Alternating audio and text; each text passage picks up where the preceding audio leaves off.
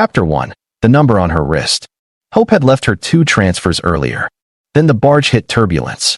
Saris noticed him only because he stopped. Later she would not be able to explain why that particular instant mattered. He had no weapon drawn, no halo of nobility, no dramatic music of fate around him. He was just a stranger in a rattling prison barge under red lights. But he looked at her, not at the tag on her wrist, not at the file designation on the berth monitor, not at the passive posture she had trained into herself. He looked at her with the baffling plainness of someone who had not yet accepted that he was supposed to see inventory instead of a person. And because Saris had spent so long being viewed through categories, the shock of simple human recognition struck harder than cruelty sometimes did. He stood then, one hand braced against the berth rail as the turbulence eased, and said the sentence that changed everything. "Hey," he said, looking directly at her as though there were no cameras, no guards, no registry systems built to deny the truth of it. "Whatever they stamped on your wrist, don't believe it. You are not meant to end here." It was such an impossible thing to hear that for a moment Saris honestly thought the storm had damaged her translator implant. Not meant to end here. No one said things like that in transport corridors. No one disrupted the smooth machinery of despair with a sentence so absurdly personal and unprofitable. The veteran guard snarled at the engineer to shut his mouth. The junior guard looked stricken. The child stopped crying long enough to stare between them. But Saris heard only the words and the frightening, painful movement they caused in some sealed chamber inside her chest. Hope did not return all at once. It didn't blaze. It didn't heal. It did something more dangerous. It lifted its head. Chapter 2. The sentence that would not leave her. For the next hour she tried to crush the words inside her mind, and failed completely. You are not meant to end here. Hope, once killed properly, is supposed to stay dead. That was what Saris had told herself after Kelt Station, after the labor files, after the burned village records, after every moment in which survival had continued while meaning thinned to a thread. Hope was dangerous because it made the next disappointment more lethal. It made you look up. It made you believe movement might still matter.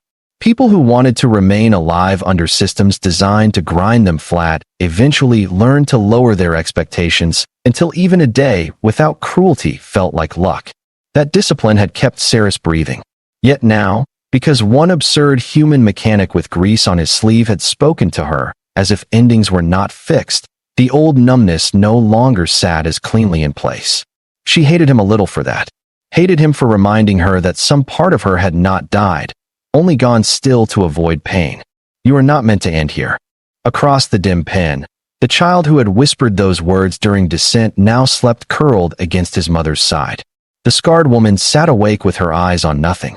Somewhere farther down, someone was crying silently into a sleeve.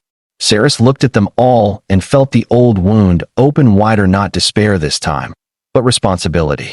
If this was real, if the engineer truly meant escape, then taking the chance mattered. If it was false, then perhaps at least she would meet the end in motion rather than in slow administrative consumption.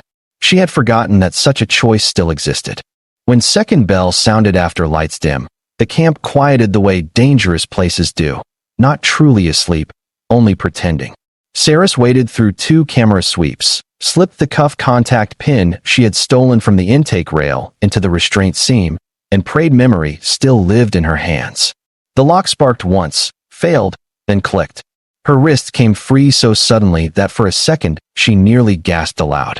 She moved through the shadows between pallets, under the low mesh break at the end of the row, and into the outer service passage. No alarm, no shout, only the distant grinding of filtration turbines and the chemical hiss of the weather systems outside. The conduit marker D7 lay 3 corridors down past a coolant manifold and a stack of sealed valve housings. When she reached it, the access panel was already open a hand's width. The engineer crouched within the service shaft, face half lit by a maintenance torch, expression taut with equal parts relief and terror. Up close he looked even less like a savior than he had on the barge, just a tired human man who had almost certainly made the worst decision of his stable employment history. "Name's Adrian," he murmured. "We have maybe 6 minutes before the sweep cycles change." Saris remained where she was, body angled for violence, because trust and urgency are not the same thing. "Why?" she asked again. Because the question had become inseparable from him. Adrian swallowed once. Because my sister died in an indenture yard 3 systems from here, while everyone around her said it wasn't their department, he said. Because I heard what they called you people on that barge. Because I am done helping machines eat the innocent, and pretending neutrality is professionalism. Then he looked directly at her, just as he had before, and added in a whisper that hit harder than the first sentence had. And because when I said you were not meant to end here, I meant it. The service conduit behind Adrian was barely large enough for 2 adults to crawl side by side, and even in the dim maintenance light Saris could see that it was not part of any grand escape network with romantic probability on its side. It was a utility artery, wires bundled in insulation foam, coolant lines vibrating against old clamps, dust packed into corners where no proper cleaner had reached in years. The smell of metal heat and lubricants was sharp enough to sting the nose. Nothing about it looked like freedom. Everything about it looked improvised, risky, and far too human in the worst and best ways. Adrian held the hatch wider and gestured urgently. Decision time, he whispered. If you go back now, I can maybe hide the cut lock on your cuff until morning. Maybe. If you come with me, there's no easy reset. Saris did not hesitate again. Whatever sensible cautions had ruled her life up to this point had already led her to a poisoned labor moon. She slipped into the shaft, and Adrian sealed the panel behind them. At the first junction chamber, Adrian stopped and pried open a floor panel. Below lay a narrower drop shaft with service rungs descending into deeper infrastructure levels. Bad news, he said softly. Main gate perimeter is impossible tonight. They brought in extra enforcers after a strike rumor in Sector 3. Good news is the old reagent drainage tunnels still connect to the east perimeter scrub field, and I've got badge access for lower maintenance. Saris peered into the shaft. You say good news differently than most people. Adrian gave a tense, almost smile. I work in industrial systems. My profession requires optimism with low standards. They descended into heat and noise. Here the camp sounded less like a prison and more like a giant organism digesting itself. Pumps hammered in distant chambers. Chemical separators coughed through the walls. Vent fans dragged poisoned air toward filtration towers with the monotonous insistence of machines unconcerned by what they processed. As they moved deeper, Saris realized Adrian knew this maze intimately, not in the abstract map way of administrators, but in the bodily way of someone who had spent years inside failing systems, memorizing which doors jammed, which access seals lied, which supervisors cut corners, and where those corners could later be used against them. They emerged eventually into a maintenance room whose walls were lined with hazard suits, cracked sensor masks, and racks of decommissioned filter cartridges. Adrian crossed immediately to a storage crate and opened it with a manual override. Inside were 2 field wraps, a compact water recycler, 3 ration bars, a med patch roll, and something that made Saris go very still, a small bundled packet of data wafers and old-fashioned physical documents sealed in weather plastic. She picked one up before thinking. The outer page had been copied by hand in several languages. One of them was Talianic script imperfect, likely transcribed by someone not born to it, but unmistakably hers. Saris stared at the characters until her throat closed. Adrian noticed and lowered his voice further. I've been moving records out when I can, he said. Registry scraps, name lists, confiscation logs, songs too, sometimes, when they're in archive discard. There are people outside the camps trying to rebuild what gets erased. He watched her face as she processed the page. You're not the first I've helped. Just the first I had to talk to through a storm on a prisoner barge. The room shifted around her then. Not because escape was suddenly guaranteed, it wasn't, but because the universe had become larger than she had allowed it to be. There were others. There were hidden hands saving names. There were humans, and perhaps others who had looked at the machinery of occupation and decided, in private and without permission, to jam themselves into its gears. Their route took them through a sequence of locked thresholds Adrian opened with legitimate access, half-legitimate override, and once, by physically removing a panel and bridging 2 contacts with the stripped end of a wire. Twice they had to freeze in darkness while night shift enforcers passed talking idly about allocation quotas and a fight in one of the western bunks. At one point a security drone skimmed across the corridor ahead, its blue sensor eye sweeping low. Adrian yanked Saris behind a valve housing with one hand and clamped the other over the indicator light on his badge so it wouldn't reflect. She could feel his palms shaking where it pressed the metal. When the drone passed, he let out a breath so controlled it nearly broke her heart. People like him should have been allowed to remain ordinary. Occupation never permits that for long. Eventually, systems demand to know whether one's competence belongs to conscience or convenience. Adrian had expected the outer corridor to be clear except for automated sweep beams, but someone had reassigned a live sentry team there after a chemical spill in the adjacent sector. Two enforcers stood by the blast gate in sealed weather shells, rifles mag-clipped to chest rigs, one of them smoking through his respirator filter port in casual violation of every posted safety notice. Beyond them, through the small reinforced window, Saris could see the scrub field, an open stretch of black slag earth dotted with filtration pylons and half-buried drainage culverts leading toward the old perimeter berm. Freedom did not lie far past it, at least geographically. Politically, physically, existentially, it might as well have been another universe. Adrian swore under his breath. There should be no one here. Saris assessed angles instinctively. Can you reroute them? Not without triggering a call to Central. Then I kill them quietly. The words emerged with the cold plainness of long habit. Adrian turned to stare at her. Not horrified exactly. More struck by the reminder that the girl he had spoken hope to on the barge was also a survivor shaped by harsher equations than his own. If they're found dead before shift change, every outbound road locks down for 50 kilometers, he whispered. No good. Saris nodded once. Then give me another equation. He triggered the false spike. Instantly klaxons erupted through the eastern lock sector. Warning strobes flashed amber green. The two enforcers spun toward their displays, swearing, one already keying the field gate open to inspect external runoff lines. Adrian dragged Saris low behind the pipe brace and then, with breathtaking nerve, stepped halfway into the corridor in his maintenance wrap, waving his badge and shouting in the irritated tone of an underpaid systems tech. Pressure drift from Chamber 9, who signed off on the East Scrub seals. The smoking enforcer cursed him for existing, but bought the premise instantly because bureaucracy had trained everyone to assume malfunction before sabotage. Both guards turned their helmets outward toward the field sensors, just as Adrian lunged back into cover and hissed. Now. Saris ran. She moved past the partially open gate in a blur of dark fabric and remembered motion, boots barely touching the grating before the black scrub earth took her weight. The air outside hit like poison and hot wire even through the respirator. Behind her, she heard Adrian coming too. Of course he was coming. Some last sensible part of her had imagined he might create the opening and remain behind, protecting his deniability.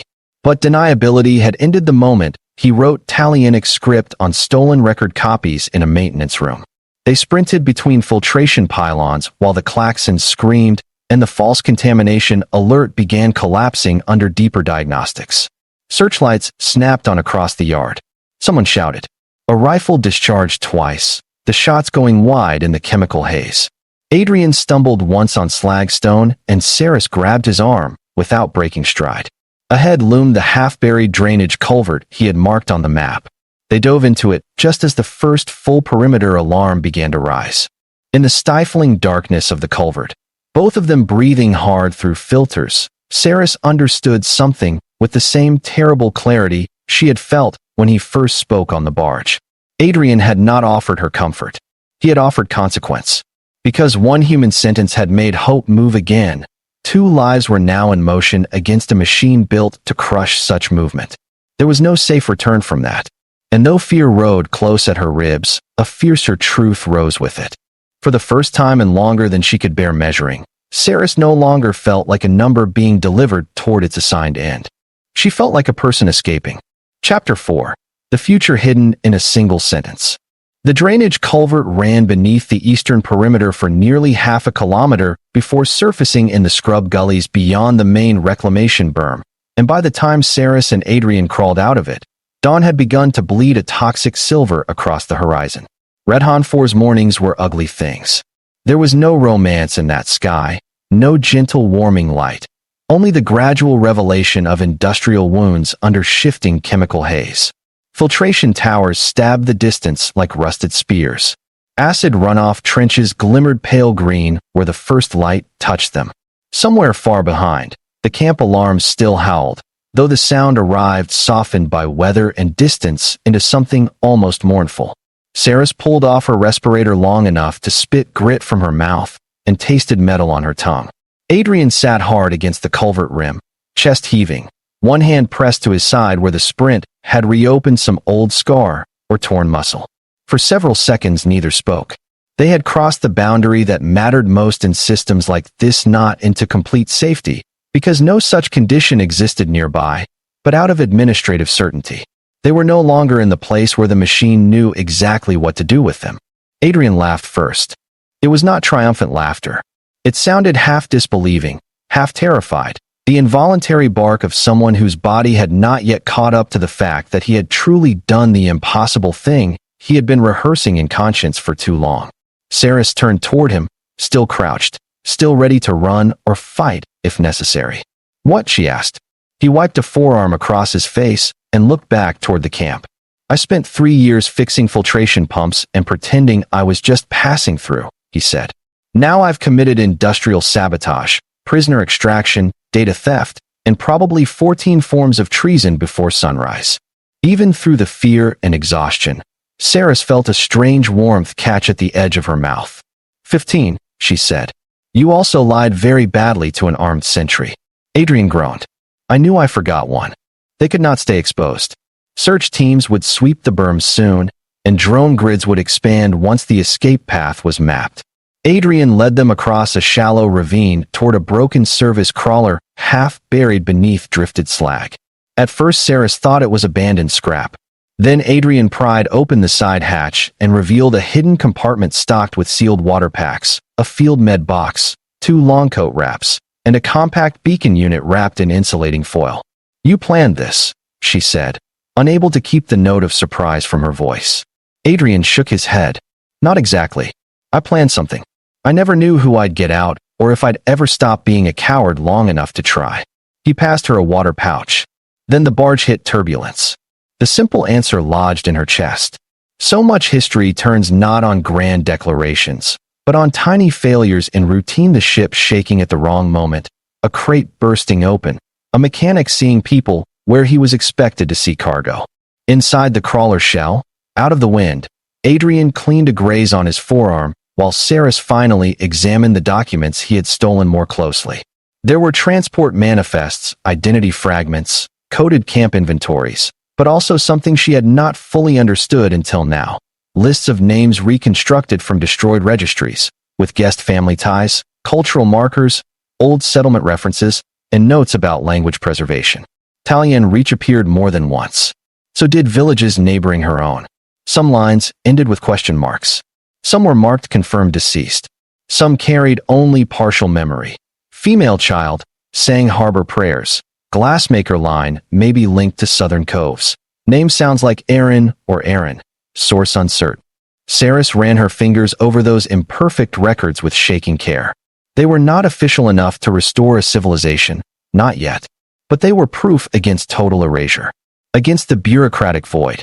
Against the lie that no one had existed before the barcode. "Who are these for?" she asked. Adrian finished sealing the grays.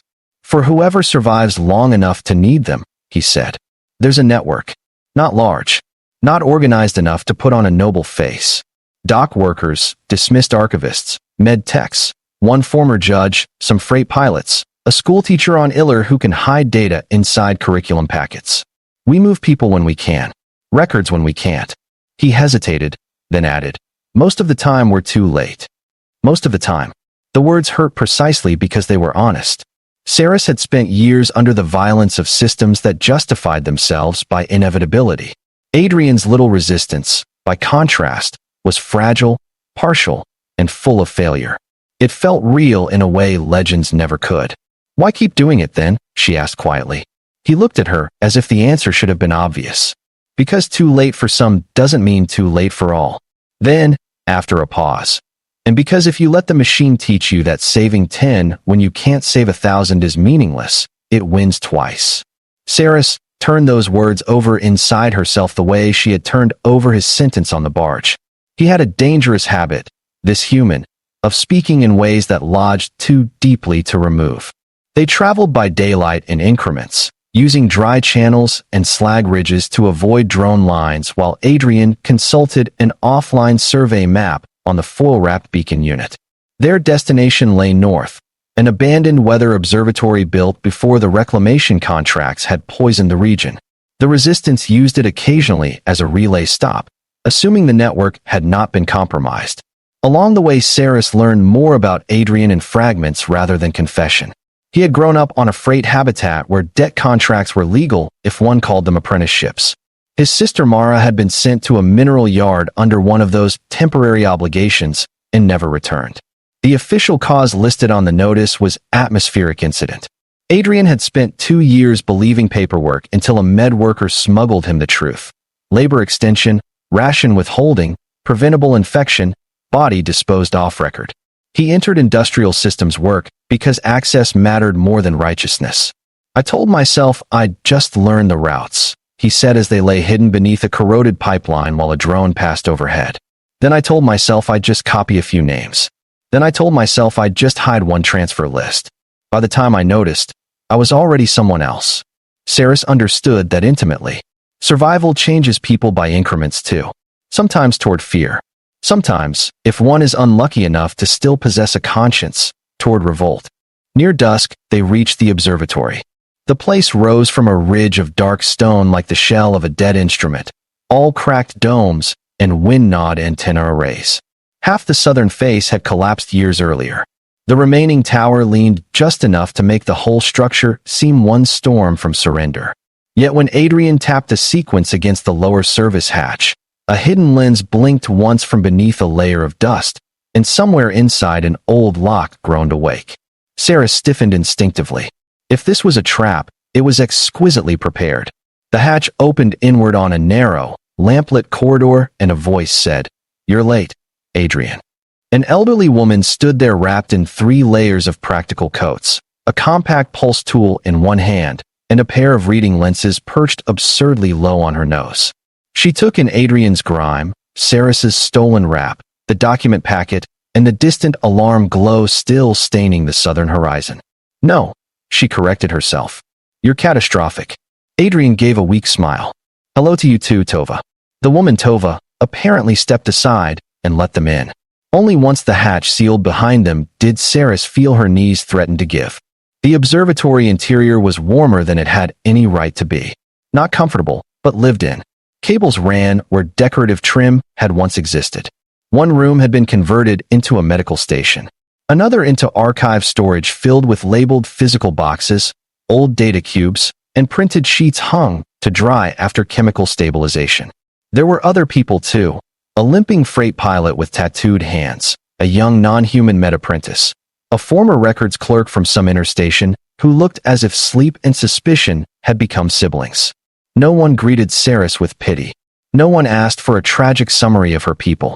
Tova merely handed her a steaming tin cup and said, "You are safe enough for one night," which is the only honest version of safe we use here. Saris took the cup with both hands because they had begun to shake too badly for one. The warmth traveled through her like a memory of something before camps and transport barges. Adrian, meanwhile, was already being scolded while a medic patch was slapped onto his side. He accepted the scolding with the meek endurance of a man aware he deserved every word and none of it mattered as much as the fact that he had made it back alive. Later, long after food and triage and the first practical discussions had ended, Saris found herself standing alone in the old upper dome where the observatory's cracked viewing glass still exposed a slice of Redhan 4's ugly sky. The chemical haze had thinned enough for a few hard stars to show through. She had not expected that.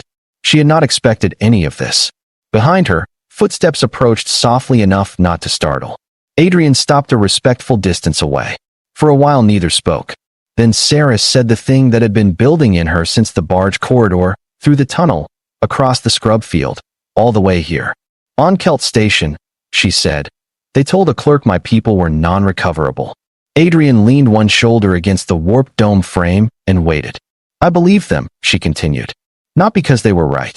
Because after enough loss, wrongness becomes heavy. It feels official. Permanent." Her fingers tightened around the edge of the old metal rail. Then you said one sentence in a storm-lit transport compartment, and suddenly I had to choose whether I still belonged to that ending. She turned to face him fully. Do you understand what you did? Adrian looked stricken for a moment, as if he feared the answer might be accusation. I think, he said carefully, I reminded you of something they hadn't managed to kill. The simplicity of it undid her more thoroughly than comfort would have. Saris laughed once, but tears came with it hot, furious things she had denied too long to trust now. I had lost all hope, she said. I know, Adrian answered. That's why the sentence had to be said out loud. Something eased, then not the grief, not the history, not the danger waiting beyond the observatory walls. Those remained. But the future, which had narrowed for so long into a corridor ending in labor and disappearance, opened by one painful degree. Around them the Resistance archive hummed quietly below, full of imperfect names refusing erasure. Beyond the dome the poisoned world turned beneath stars indifferent enough to allow miracle and atrocity equal room. Saris wiped her face with the heel of her hand and drew a slow breath. What happens now? She asked. Adrian glanced toward the archive rooms, the med bay, the hidden hatch below. Now, he said, now we get your real name into the record. Then we find out who else can still be pulled out. Then, if we're very unlucky, you teach me how to stop lying so obviously to armed guards. Saris smiled through the wreckage of tears, and the expression felt so unfamiliar on her face that it might have belonged to the girl she had once been before the numbers. My name, she said, tasting the reclamation of it like a vow, is Saris of Talion Reach. Adrian nodded as though receiving something sacred, not bureaucratic. Good, he said softly. That's where we start. And in the hidden observatory over a poisoned moon, beneath a broken dome and a handful of visible stars, the alien girl who had believed herself reduced to an ending understood at last why a single human sentence could change everything. Because sometimes hope does not return as a grand rescue or a fleet in the sky. Sometimes it arrives as one person looking at another person and refusing to accept the lie that this is all they were ever meant for.